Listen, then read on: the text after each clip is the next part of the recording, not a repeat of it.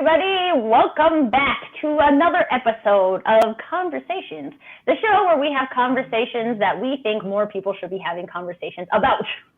That's a wide variety of topics. And today we have a really interesting topic because I'm sure there's going to be some things that come out in the conversation today where you're like, ooh, I thought like that. I didn't even know I thought like that. And this is what we're here to bring to you as part of the conversation series. So as a reminder for all of you who are watching us live, please say hello, hop in the chat, and we really want you to be part of the conversation as well. So as we go through the topic of today, which I'm going to announce in a minute, please share your thoughts, your experience, your questions, your insights, anything that's coming into that lovely brain of yours. We would love to know about it. And hello, Eric from Scotland. It's Friday evening, so I always appreciate people who are joining us on Friday night when they could be socializing with other people. I'm glad that you think that we're your people. Okay, so our topic for today is something that I don't want to say that it's necessarily highly debated, but there's been a lot of talk about it for a very long time. And now perhaps maybe we have a new way of looking at it, which is why I'm very excited to have Joe here with me today to talk about executive presence. And we're going to talk about what is executive presence, what is your definition of executive presence, what makes something executive, how people define this on different levels. Maybe your boss defines it differently as you, and it's not very helpful in helping you understand these types of things. So we're going to talk through everything executive presence today.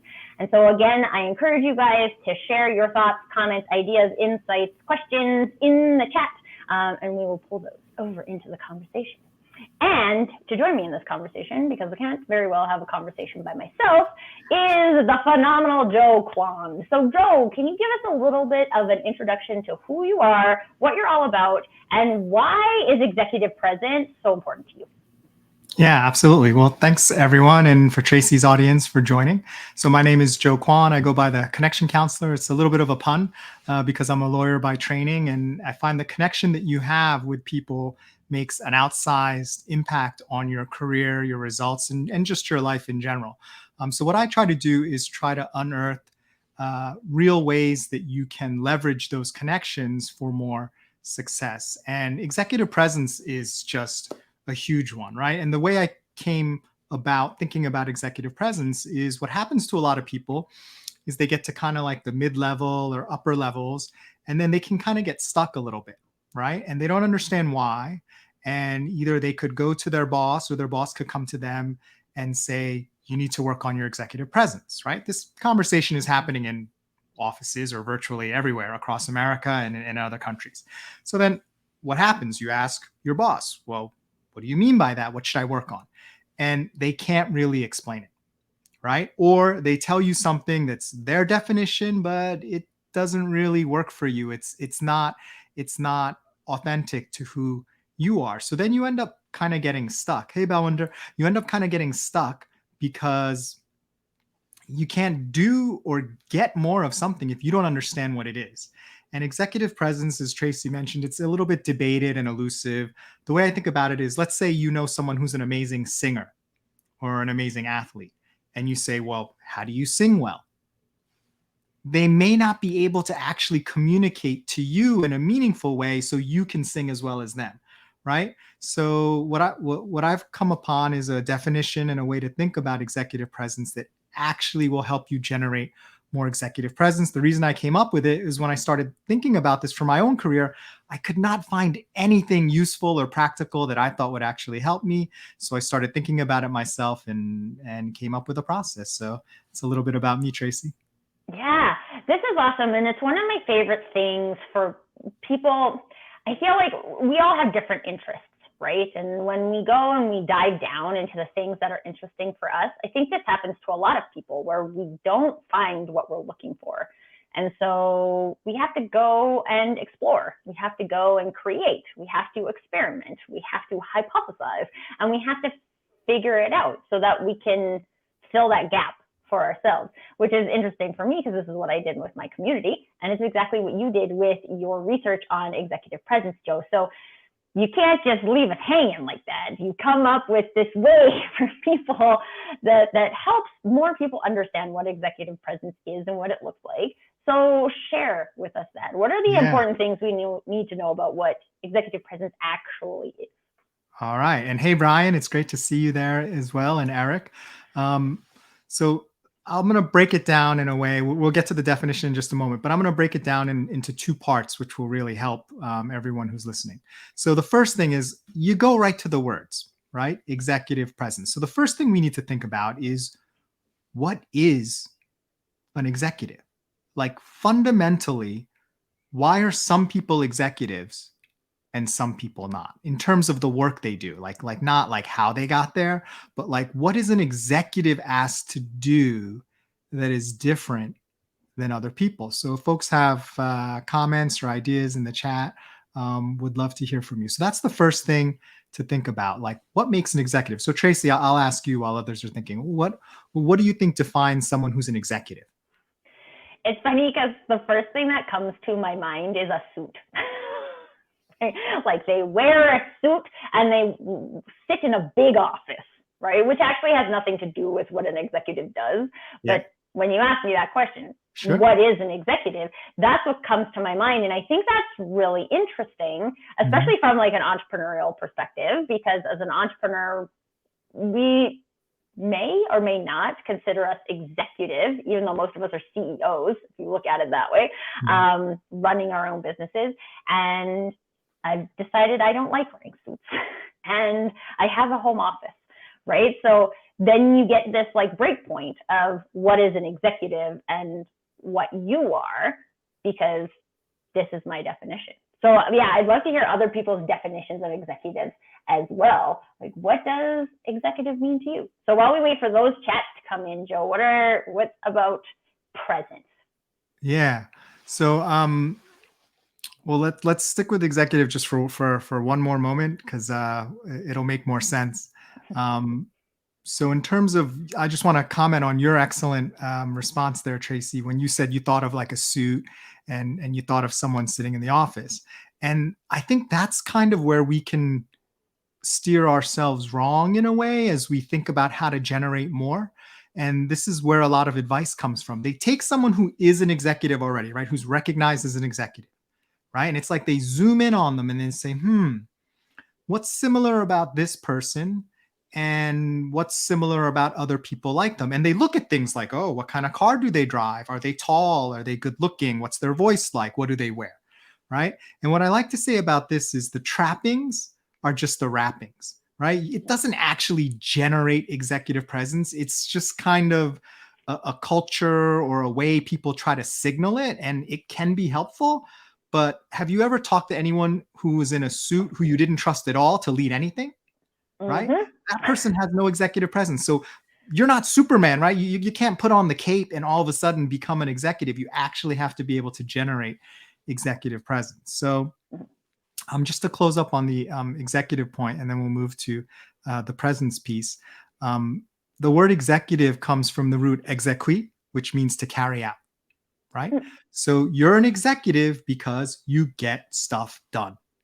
That's why you're an executive, because you're the one in charge of either yourself or other people, whether it's, in the company or vendors or whatever, to move things from point A to point B. That's why executives are at a higher level than just regular workers, because the regular worker, it's like, what do I need to do? Someone tells them, they just do their job, right? An executive has to figure out what's going on with everyone else, if there are problems, how to get things done, and can't just say, oh, I'm just going to write my emails and everything gets done. They have to deal with the world and everything changing. So that's the first piece, right? So executive presence means this person feels like someone who would do that thing. And then the second piece is presence, right? So it's not executive doing, it's executive presence. So when we talk about executive presence, it's when you walk into a room, what do people feel about you, right? Do they feel like you're someone who knows what they're talking about and should follow? or do they feel, I'm not so sure, right? So let me ask you a question, Tracy. So if you walk into a room and someone's really sad, right, and they're down for whatever reason, they haven't said anything to you. They're not dressing in like garbage bags or anything. They're just dressed like a normal person, right? Can you sense that they're sad without them talking to you, making eye contact, or wearing garbage bags? Absolutely. Although How? I don't know that in particular people wear garbage bags when they're sad. But we'll just go with it. So no. How do you can know? sense How do you that know they're, though? How do you know? They didn't use any words. How do you know? yeah, it's like the thing that came to me even when you said it's not about doing, it's about being, right? Mhm. How are they being? Are their shoulders hunched? Are they avoiding eye contact? These are like activities of how you're being when you're sad, right? Like when I'm sad, I don't want to talk to anybody. I want to just sit there and be sad and look down. And I'm not that type of person all the time, clearly, not in this moment, but that it's like it's a feeling based, it's emotional based, and it's like emotional triggers that get hit. So I'm sure it's the same with executive presence. Yeah. So as human beings, right, part of our survival capability, if there's a large dude in a bar and he's having a bad day, right? I'm not gonna, if I have to have him say to me, "Hey Joe, I'm having a bad day, just back off." That's not good for my survival, right? So part of my survival as a human being is say, "Whoa, big angry dude. Don't bother him, or leave and come back later to get a drink or whatever, because this is a danger situation," right? So Mhm. you don't have to teach people the skill of reading what's going on in a room. We have that from our earliest ages, right? It's a survival thing, right? Even as a baby, we start to develop that and sense that. So when you put the two together, executive presence, now you start to see a little bit more what it's about and why it's so hard to define, right? Why does someone feel that you are like an executive, right? Regardless of what your title is, because you don't need a title to have executive presence. You could be a busboy and have huge executive presence, right? Or you could Mhm. be a CEO. I've known like VPs and directors who are amazing at their job, but if they get up in front of a crowd and try to like talk or, do something extemporaneously, it's like a disaster. It's like, Mhm. it's just not good. I mean, everyone's seen that happen, right? So a title doesn't buy it for you. Money doesn't buy it for you. You brought up the point earlier, Tracy. It's just state of being, right? Mhm. It's how you are inside, and people feel like, wow, this person really seems to be the type of person that knows what's going on. So that brings me to the definition. And if you just take away one thing from this, talk, it would be this definition that I've come up with: executive presence. Mhm. Executive presence is the ability to inspire confidence that you can lead well in a given situation. I'll say it again. Executive presence is the ability. It's an ability. It's not an inborn trait, although maybe some people have more confidence from a younger age, but it's an ability to inspire what? Confidence that you, not the other person, you can lead well, right? Not in everything, but in this situation right now. You and I are in a situation right now.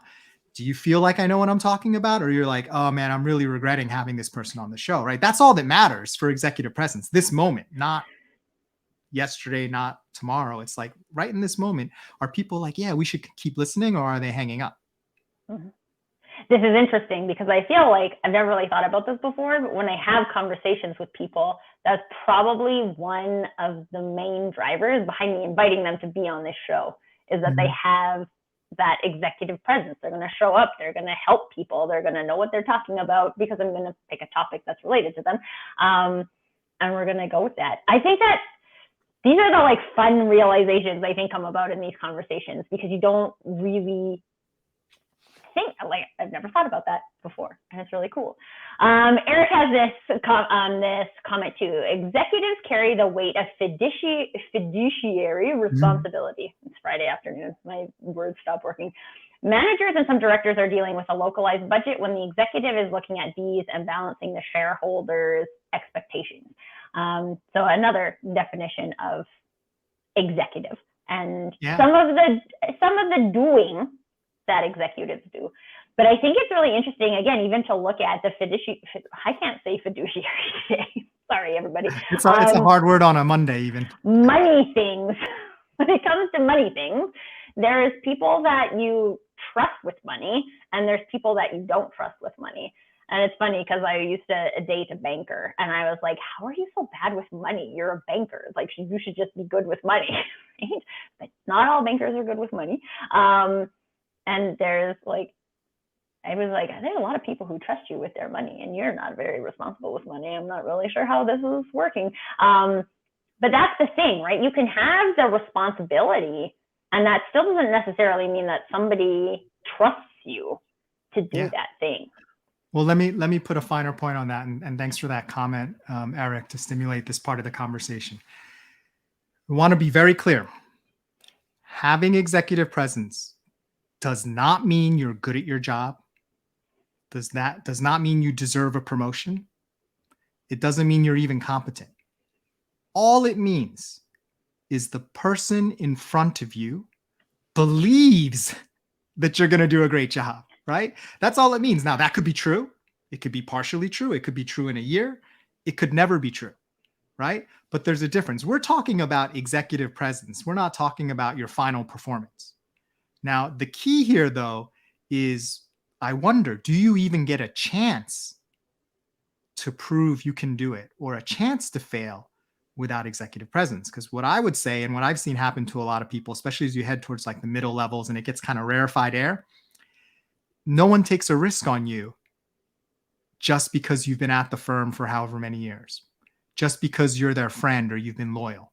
If they don't believe, if they have to expend political capital and they don't believe that you're going to be able to do the next level, guess what? It would be kind of career suicidal for them to take that risk, right? That's like going beyond generous, right? That's just like gambling, right? So it's very important to sort of distinguish that executive presence is a skill and it's helpful, but I distinguish it from actually being competent. There's plenty of extremely competent people with zero executive presence. Doesn't mean they shouldn't get the promotion, but it may be difficult for them because people don't see them for their ability because it's not there, and vice versa. Okay, so all of this has this flashing light in my head going, sales.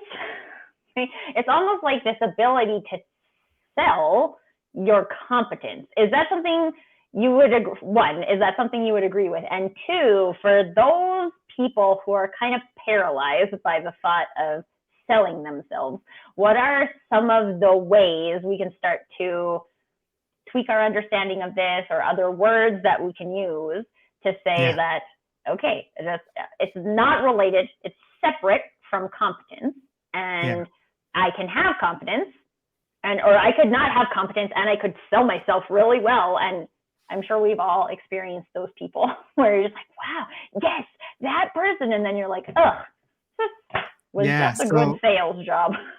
So it's a great point, and definitely something we need to cover today for this to be a complete sort of helpful discussion, which is how do you generate executive presence? And what I would say is you're not selling it, you're not convincing them, right? What it actually is, it goes back to the presence and the presence you have in a situation. So I've come up with an easy shorthand. It's called the 6 degrees of executive presence. They're different states of being. So I'll just rattle them off real quick. Being proactive, being resolute, having equanimity, having stillness when you need to be still, being engaged, and having confidence yourself, right? Now, you're never going to have all 6 of these at once, right? The way it works is you're in a situation, let's say Tracy and I are on a boat and a yacht or something, and the boat got a hole in it, hit an iceberg like the Titanic, it's sinking, okay? So I don't know about you, I'm not a sailor, right? I actually can barely swim. And, you know, unless you were on the Coast Guard or something, I don't think you have the expertise to know what to do. So you and I are looking for help, right? So let's say there's a boat hand, right? Or the captain of the boat. And from a logical perspective, they are the person we should be listening to, right? Now, ask yourself, if they're really calm, right? And they've prepared for this and say, listen, everyone, the lifeboats are over here, walk in an orderly manner, blah, blah, blah. Look for, our ship hands. They'll have orange vests on. If you have any questions, if you have any small children, you feel like, wow, right? Ship is sinking, but I'm glad this person, this captain, right, is in charge. Now, think of a different captain. Like, remember that Italian captain when the boat sank off of Italy? And he like Yeah. fell into the lifeboat, right? Imagine that guy, right? You run into that guy and he's like, I got to talk to someone. I got to go. Go over there, right? Yeah. He's the captain, right? But his state of being, his fear, his lack of sort of engagement and caring about the people who are under his care, which are all the people on the ship, right? That's like a law, like a maritime law, right? The captain has to take care of all those passengers, right? If that's not there, doesn't matter what your title is.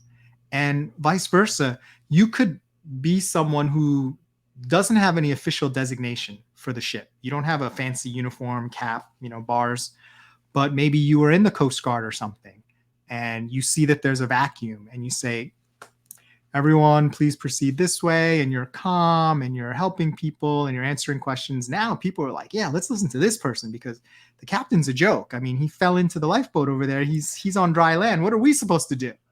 Right? So that's kind of the key, that the executive presence is generated from the presence that you bring in a specific situation. What's the thing that would actually lead people to believe that they should follow you? Mm-hmm. It's funny because for whatever reason, it's making me think of the scene in Harry Potter when there's a troll in the dungeon and everybody's at like the Halloween feast and there's like, there's a troll in the dungeon, and everybody's like, ah, and Dumbledore's like, silence, you're gonna do this, you're gonna do this. Yeah. Dumbledore, you guys, just Dumbledore. Eric is sharing some more about a key differentiator being that execs carry the weight and don't push it across to the team. And that the weight of the responsibility is invisible to the team and the external world. And I think that is really I think this is true. And I would love to talk about this on the executive presence level, because when we look at things that way, it can make us feel like I have to carry all of the load. And for a lot of leaders that I talk to, like, we're just all humans as well, right? Like, we have personal struggles, we have emotions, we have feelings, right? And when our job is to make all of that, it's not that it's to make that invisible, it's that we are making, I don't even want to say that it's covering it up. It's that the thing that rises to the top is inspiring confidence, right? So it's not that I know every single thing I need to do in any given situation, because no human knows that, right? But it's that I'm here. I will take care of you. I have a priority of taking care of you. I have a desire to take care of you. And the inspiring confidence rises above that feeling of carrying the weight. Yeah, it's a bit of a stereotype or like a plot device. But if you think about any sort of war movie where they have the fancy, just graduated from academy officer, right? Green, Maverick, really wet behind the ears. Maverick. Yeah. And, as soon as bullets start flying or bombs start going off, they just do not know what to do. Who does everyone turn to? The salty, battle-hardened sergeant, right? Non-commissioned officer who's been through 3 wars, led several people. He can't be at the level of, the captain because he doesn't have the education, right? That's the way it works in the military. But when the bullets start flying and the chips are down, who are people really going to rely on, especially if the captain is not giving orders with executive presence? They may actually ignore or pretend that they didn't hear those orders because they don't want to get killed, right? But anything the sergeant says, they'll be like, oh yeah, right? And if the captain's smart and if they don't know what they're doing, they will ask the sergeant for advice and then give the order, rather than, say something just to make it up because they have to and then get people like injured or worse. So, that's the thing. It's like that feeling and that awareness. It's an enabler, right? If you do have the ability, right, it may not be of any use if people don't feel it, if people don't want to follow you, right? So that can really hurt your career. And I think where a lot of people get stuck, and I've been in this sort of rut myself from time to time, it becomes this meritocracy thing, right? Like if I just work harder, right? If I work longer hours or produce more, if my KPIs are better, then I will get what I deserve and I will move faster than the person who's behind me. Guess what? Life doesn't work that way, even in sales. All right. Yeah. So let's say you're in sales and you make the most money. However, you also offend the most people, are in a bunch of lawsuits because, sexual harassment or something else going on, or corruption, right? If your leaders have even an ounce of ethics and they see this problem, they're like, we can't promote this guy or gal, right? We can't promote them. Why will we promote them? We just be exposing them to more risk, having their bad habits affect more people, more junior people, right, who may pick up these bad habits. It's going to sabotage. But from a purely numbers perspective, they may be like, well, why'd you promote the other person? I brought in twice as much income as them. Well, because that's not the only thing that matters. Mm-hmm. And I think that is an important point too, right? Being very clear on what are the things that matter. I was chatting on another live earlier today we were talking about marketing KPIs specifically, but there's so much measuring of things that don't matter. Mm-hmm. And therefore, if you're only focused on, like, sure, I could only measure sales, right? Mm-hmm. But is that actually, on the grander scheme of things, what is best for everybody? And I think there's certain people who have a predisposition to leadership because of how they see relationships with people, because of how they value relationships with people. And when we look at a relationships with people level, then sales doesn't. I've known lots of salespeople who are like bully salespeople, who people are like, fine, I will buy this from you because I just want you to stop talking to me and I want you to leave me alone. Right? It's like the easier of two evils to just buy this from you. But it's like, it's not the best thing for the entire team at the end of the day. We have a really interesting question here from Eric too. Is executive presence anchored in charisma, linked to the nature or nurture conundrum? Yeah, great question, Eric. And it's funny you asked that. I just gave a presentation on charisma to Horizon Blue Cross Blue Shield of New Jersey just this week. And we did a deep dive on charisma because it's actually the first topic I started exploring in leadership. So what I can tell you about charisma is it's very similar to executive presence. There's one fundamental difference, right? They both have to do with how people feel and affecting how they feel about you or about themselves, right? So executive presence is more about how they feel about you for a specific purpose, to like get something done, right? That's the frame of executive presence. And you are creating that in the interaction. There's like an energy between myself and Tracy, and I'm informing that energy, and she is, and together she's like, wow, Joe knows, he's got executive presence. That's what's happening. With charisma, it's instead of a specific thing happening, it's what is the person's kind of emotional state and need, right? And what do they need? And can I, through our interaction, the same, energy beam between me and Tracy, can I impact it in a way that she is better off and closer to getting what she needs after talking to me or being around me than she would be otherwise? And that's why charisma is powerful, right? Let's say you're sad and you need to feel better. Let's say you're tired and you need some energy, right? Let's say you're doing great and you just want to keep feeling great. Who doesn't want to be around a person who continues to help you move towards the thing that you need? That's charisma. That's why charisma is so powerful. Big difference, though, is it's not specific to getting anything done. It's just more like internal within the person. Like, what do they need personally? Whereas executive presence, you can think of it more organizationally or more like project specific. Mm-hmm. And so if we look at it from this nature versus nurture perspective as well, It's really interesting because that kind of drives that what my passion is, which is personal brands and your personal values and how they show up, that every single person has different values, different experience, which means every single leader also has different natural presence. And so I think a lot of time when we talk about charisma, when we talk about executive presence, there's this like definition that we have of like somewhat energetic, right? Energetic is one I would say, well-spoken, like, I don't know, anyway, but we all have our own definitions of it. But there's this like vision of what it's supposed to look like to have executive presence. And we kind of touched on this at the beginning as well. And so what are your thoughts on again, this kind of split? Like, you mentioned that it's ability, right? So it's not that you're born with executive presence. And I don't believe that it's that executive presence is meant to look one way. It's meant to make you feel one way. So I'd love to hear your thoughts on that, Joe. Yeah, great question. And thanks, Eric, for adding this to the conversation. So there are people who, without any training, without doing anything, will have more executive presence, and there are people who have less.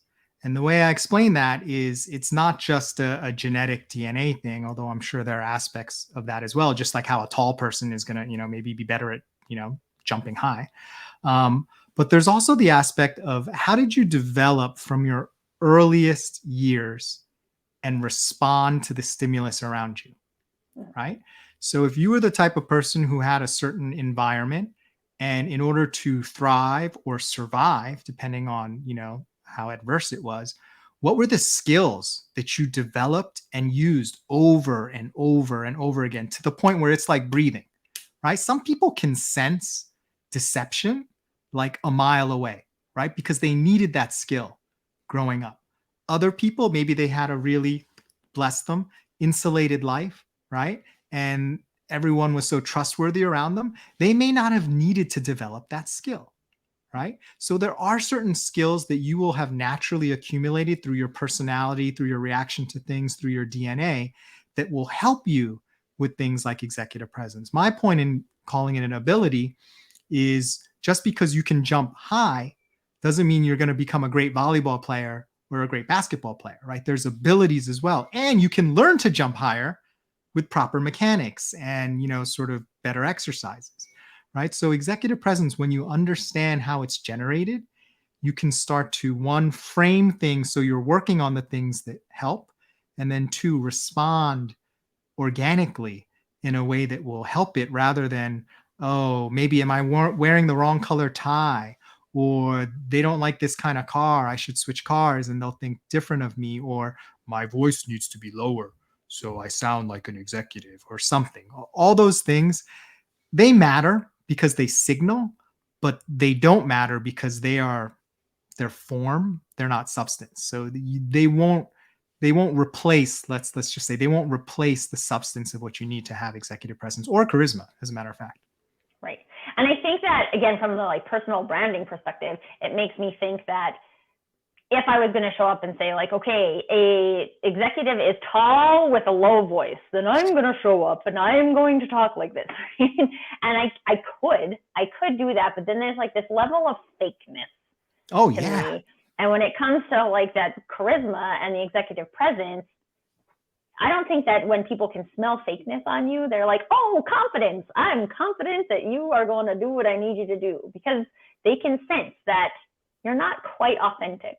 So I think it's important to explore, again, our definitions of what those are. Are we trying to change ourselves through that? Or are we trying to embrace the things that we can about ourselves and what does make us trustworthy, what does make us confident, and tap into those things in order to optimize our executive presence? Yeah, I love where you're going with this, Tracy. And I've actually come up with a term for this. It's called the Tom Brady Problem. You know Tom Brady? I do know Tom right? Brady. I think most people know Tom Brady, right? So people assume someone who's going to be a great leader, quarterback, or even C-suite executive looks like Tom Brady, right? That's the world we live in, right? I'm not saying it's right. I'm not saying it's wrong. I'm just saying like that's the frame. If you and I go into a conference room and it's you, me, someone in a wheelchair, a Black female, someone who's neurodiverse, and Tom Brady, and the company had to take a vote as to, who to be the leader just based on like that showing up, like without knowing any of our credentials, who's going to win by a landslide every time? Tom Brady, right? Mm-hmm. So I don't want to become Tom Brady, right? Like realistically, right? Like, sure, it'd be great to be him, right? But I don't want to change myself, right? I don't want to start training in football. I don't want to have plastic surgery or something. I could never be that tall or fast anyway. But in any case, I want to be me, and actually the best me available is what you were saying, Tracy. It's the authentic me. It's not Joe trying to be Tom. It's Joe being more of Joe. But there's a problem. And the problem is sometimes when you try to be you, people reject that because they don't value you the same way they value Tom Brady. So now I call it the dilemma, the diversity dilemma. Do I pretend to be more like Tom in ways that I can, right? And let's just use women and hairstyles, right? Like women with long, flowing, luxurious Pantene hair commercials, right, will maybe not be considered seriously as a leader. So what were a lot of women doing, especially like in the 80s when I was coming up? They were cutting their hair really short, like Marcy from Married with Children, right? And that's like, oh, that's what a female executive is like, short hair, maybe shoulder length, at the most. But long, flowing locks, come on, people won't take you seriously. Right. Mm-hmm. So it's kind of that aspect. And, one thing that I work on and teach is how do you solve for that dilemma?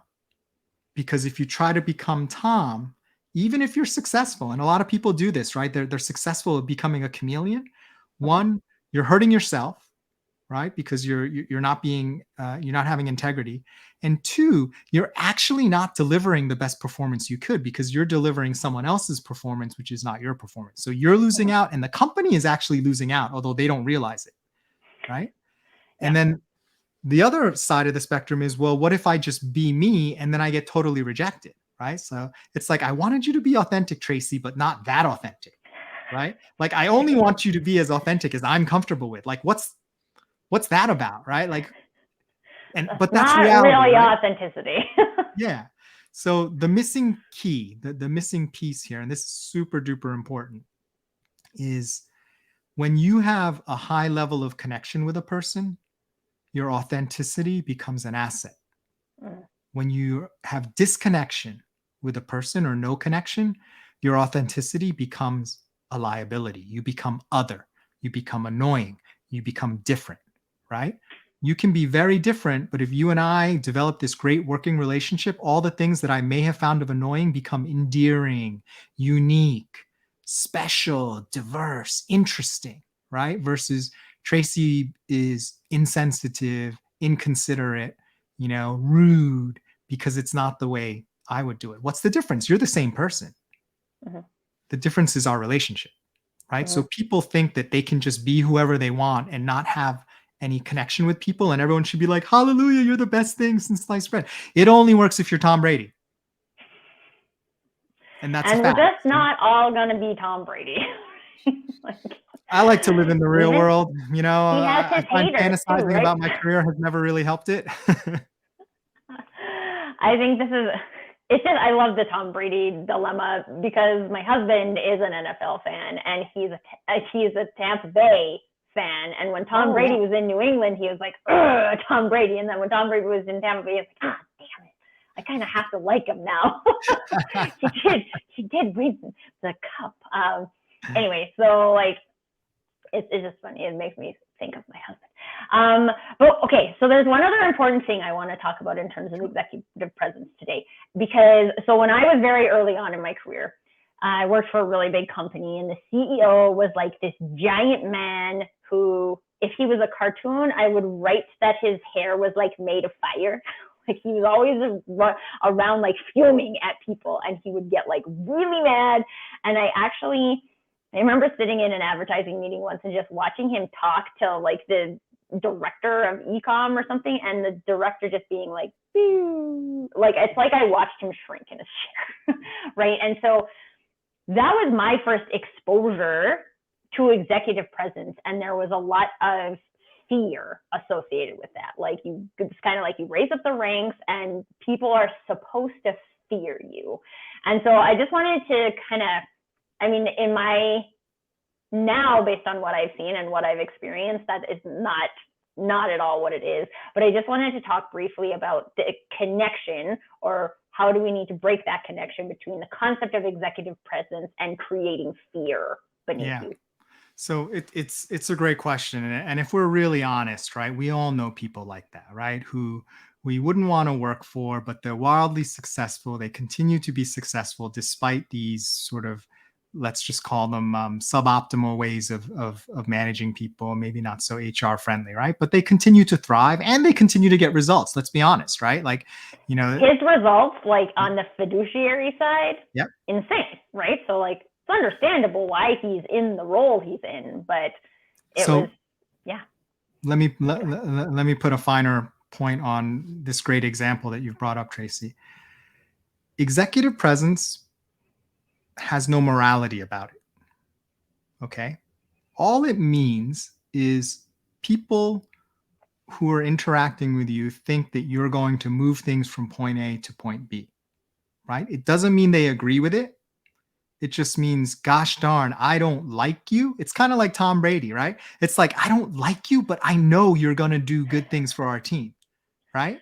It's exactly that, right? So you can have executive presence through very negative kind of traits if they work to get the results. Now, is there damage that's done? Are there other consequences? Yes. So then the question becomes, as an organization, as the board, as people who manage like that leader, what are they willing to accept? What are their ethics and their values? Are they driven just by KPIs and results and say, wow, look, my 401k is looking better. I'm going to, meet the bumper on my bonus because this guy or gal is delivering, quarterly best results. And now I'm going to be put into another racket. I'm willing to let other people be the casualty of that. Right. But I know this person's going to do it. And if they're the person who's there, and I don't believe there's anyone else there who can do it as well, maybe who has a style that's more in alignment with my values, guess what? I'm just going to let it roll. Right. Unless I have some strong ethical compass that's going to make it impossible for me to do that. And I say, no, I'm going to hurt myself financially to be true to myself and maybe help the organization as a whole. Right. So that's a judgment that each person, I'm not judging. That's a judgment that each person needs to do for themselves moment to moment. And they need, I don't have to look at them in the mirror. They have to look at themselves in the mirror. And if they can get up and be fine with that, that's good. And if they can't, then, maybe they need to rethink sort of how they roll. But yeah, just to make that distinction, it doesn't mean you're competent, and it certainly doesn't mean you're good that you have executive presence if we just use good as a generic term. Well, and I think so. One last thing then, if I am a young leader, not quite leader, but my goal is to be a leader, and this is the type of thing that I experience as executive presence, how do I explore that's how that looks for that person, but that doesn't mean that if I want to create executive presence that I have to do and be exactly like that person. Yeah, I mean, that's a real danger, right? Because we learn through osmosis. If you're in an environment with a lot of sharks, you're going to start to act like a shark, right? So the thing you have to ask yourself is, is it worth staying in that environment? Can you actually come up with a different way and an effective way in that environment? Like, can you actually operate in that environment differently and have people respond in the right way? Maybe not. So maybe you need to change environments. But even if you don't, the key is to understand that if you want to have executive presence, which helps you get results, it's all about inspiring confidence. And what's great about this definition is there's no algorithm or formula or one way to inspire confidence. So I can do it with humor. I can do it with threats. I can do it with charm. I can do it with, I don't know, logic. Love. I don't know. Yeah, like whatever works for you, right? Like whatever works for you and the other person, you can make it happen. The only thing that matters, it's not what you do, it's as you bring that presence and you do that thing, is it having the reaction where people are like, wow, I think we should continue to follow you because you're going to get the thing done. Mm-hmm. And it's funny, I would encourage everybody who's live watching us right now or listening to the replay of this to just go back and explore times where really you were that person, right? Like for some reason, I used to say this all the time, is that it's like people just default leadership to me. And I don't know why that is, but it's because I have executive presence. People are like, oh, Tracy can make decisions. Let Tracy make the decisions. And sometimes I have to convince my husband that he's also capable of making decisions, because I'm not going to decide what to have for dinner every night for the rest of my life. I just don't want to do that. But it's like the whole time, right? From being captain of the basketball team to being like randomly the leader of school projects and getting the opportunity to lead projects and departments when I was in corporate, because the CEO would go away and people would just default to me as their backup plan. Like, that's not written anywhere. That's because you have the presence that inspires the confidence in people to go to you. Well, your example is so spot on. You weren't doing anything, right? You weren't trying to game the system, right? You were just bringing that sort of sense that people, when they're around you, they're like, wow, I feel comfortable that Tracy knows what she's doing, that whether you do or not, right? They feel, right, that you're going to be a good person to bet on. And then when you deliver, it sort of compounds. Right. And if you don't deliver, they're like, they reevaluate. Right. Mm-hmm. So that's exactly right. So that's why, like, when I try to teach executive presence, it's not communication, appearance, and gravitas. Like what is that? Right. Like that's not going to help you. Right. Speak with a lower voice, dress up better. Gravitas, I don't even know what that means. Right. It's just like, but if you can find a way to be present in that moment to inspire people, like, wow, this person really is someone that we should be following, you're golden. That's all you need. Yeah, absolutely. We could probably keep talking about executive presence for a very long time, but it's Friday and we'll let people have the rest of their day to themselves. So Joe, if people want to learn more about executive presence or more about you and what you do as the connection counselor, where is the best place for them to connect with you? Yeah, absolutely. So I'm very active on LinkedIn. That's how you and I thankfully discovered each other. I have a website. I'm redoing it now, but there's a lot of content there. It's called www.connectioncounselor, just one word, .com. And I actually, on Udemy, I have several courses. One is actually on executive presence, specifically for underrepresented professionals, right? The non-Tom Bradys of the world. And then I have another course on thriving. This one's interesting. It's the Thrive Guide for Underrepresented Professionals. And I answer the question, how do you thrive in an environment where your success is still considered an anomaly, right? People don't expect you to succeed, right? And I come up with 7 strategies to really approach the things that are going to happen to you because of people's expectations, rightly or wrongly. So maybe we don't have that problem, Tracy, but maybe if you have like a foreign name, right? People mispronouncing your name and getting defensive when, you correct them. Or let's say you're a woman and people don't think you're tough enough for this C-suite role. How do you convince people that, yeah, I am the right person, right? All these things that maybe if you are represented, right? If leadership looks like you, then it's almost like you don't get any of that, because now all of a sudden more people are sponsoring you, more people are mentoring you, because you know what? You look like our former CEO. You feel like our former CEO. It's got nothing to do necessarily with what you've accomplished. It feels familiar. I don't know why. There's something about this person seems very executive, right? Versus someone else, they're like, they're not a culture fit, right? Mm-hmm. They just don't seem to fit. But really all that's going on is we have this expectation, right? I call it implicit leadership bias. Well, this is called implicit leadership bias. We each have an image in our head of what a specific leader should look like for a specific role. And if you don't look like it, you got a problem. Yeah. Absolutely. And now we need to do an episode on culture fit, because that is going to be a completely different question. I think it's so important though, right? Because it's just when you continually like, I can't even get an opportunity. I've been really lucky because like Mhm. as a woman, I know lots of people who haven't gotten the type of opportunities I Yeah. have, and I feel just really grateful for the people who have given me those opportunities. Because quite honestly, they haven't all looked like Tom Brady. That would have been dreamy, but like they fit that profile, right? And they have given me opportunities, and I appreciate that. And I'm excited to give back what I can in terms of opportunities to people because people they deserve it. People deserve a chance. Well, Um, and one last point. We love Tom Brady. We want Tom Brady on our team. So Tom is not the sure. problem. Mhm. The problem is everyone else who thinks Tom's the only star quarterback. Yeah. What about Juan and Priya and Ali and Tracy and Joe? Why are they not getting the chance to grow into becoming the next Tom? Why? Mhm. Because we look different?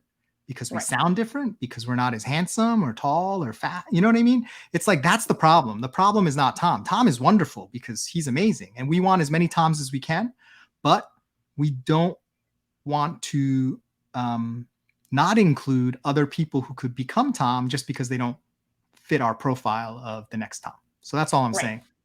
Yeah. It's not personal, Absolutely. Tom. We love you. We love you, Tom. If you would like to comment on this live, that would be super. That would be amazing, actually. Let's just get Tom Brady on this show. Tom, if you are watching this, please contact me. I would love to have you on the show. Very good. Oh, Very good. awesome. Well, thank you, Joe, for sharing all of this wonderful insight about executive presence today. If you guys aren't already connected with Joe, please reach out to him. As he mentioned, he has some amazing resources for executive presence to give us all the opportunity to find what our executive presence is so we can love Tom, but not be Tom, and have I like all of that. our spaces. Wonderful. Thank you guys so much for sharing so much in the chat today. I'm getting a weird pop-up so I can't see the chat anymore, but I appreciate all of you for coming out and sharing your thoughts, especially Eric, Elena, Brian, and Balwinder. You guys had some really amazing contributions to the conversation today, so thank you so much for that. The conversation wouldn't be what it was without your contribution, so thank you for coming. Joe, of course, this conversation wouldn't really have been anything if you weren't here and said, let's talk about executive presence, because this has been very fun, very educational for me. So thank you so much for that. I hope you guys all get connected. I hope you guys all stay in the conversation of executive presence so you can find more of it in your lives. And until next time, permission to do you. Thanks, everyone. Bye, Tracy. Thank you.